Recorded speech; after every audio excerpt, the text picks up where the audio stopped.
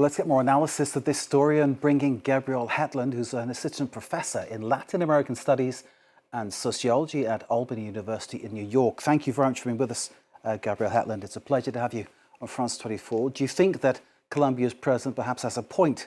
These appear to be, in essence, extrajudicial killings being carried out by the US.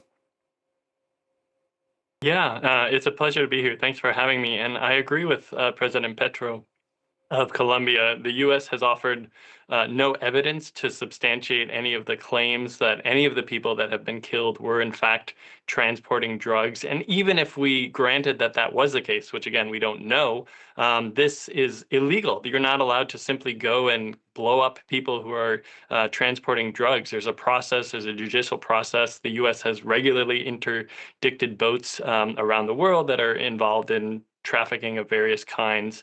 And so just plain killing them means that the U.S. is claiming the right to be the judge, jury, and executioner. And so I absolutely agree with Gustavo Petro on this. Now, of course, Donald Trump and Marco Rubio and others, no doubt, will say that this is about the fight against drugs. And in particular, they point the finger at the drug fentanyl. Now, that still doesn't justify, as you just pointed out, the taking of human life.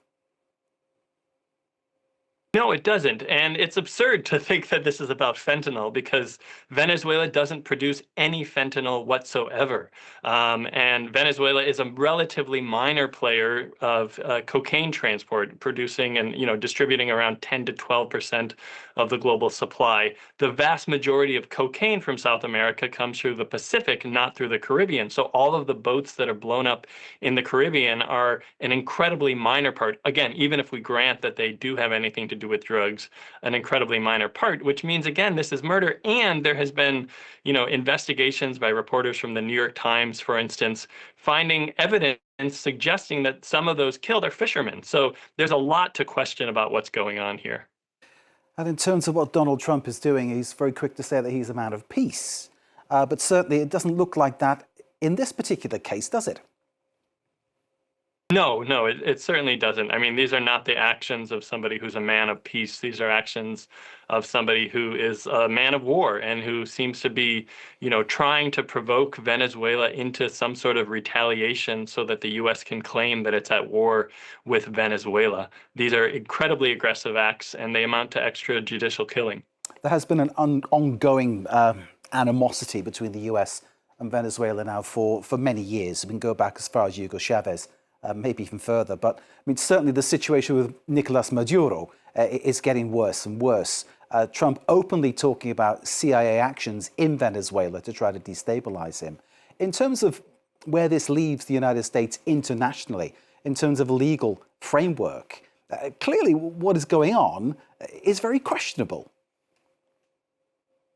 Yeah, absolutely. I mean, it's not entirely clear yet what exactly the U.S. is trying to do in Venezuela. Many signs point to regime change. It is indeed clear that many within the Trump administration, Marco Rubio in particular, want regime change. They want Trump to take out Nicolas Maduro, the president of Venezuela. It's not yet clear if that is the case, but the U.S. has been trying to destabilize the government of Venezuela for 25 years. They did this when Venezuela had clearly free and fair elections under Hugo Chavez. They've been doing this under Nicolas Maduro, who's more questionable in many respects. But the U.S. doesn't have the right to simply go and decide which regimes are acceptable to Donald Trump or the U.S. and which regimes are not. So this is very questionable. The United Nations has questioned it. Colombia has questioned it. Many countries around the world, and some within the U.S., as you mentioned, Democrats and Republicans, are saying this is an unacceptable act and it needs to stop. And let's not neglect Colombia in this discussion, Gabriel, because clearly Colombia, long acknowledged as the main country producing cocaine, that's an illegal activity, and clearly it's been linked to FARC guerrillas in the jungle. We could go down a whole different discussion there for the next 2 hours on that one. But clearly there is an elected president who isn't of the political persuasion of Donald Trump. And this has put him in the same kind of firing line as Nicolas Maduro.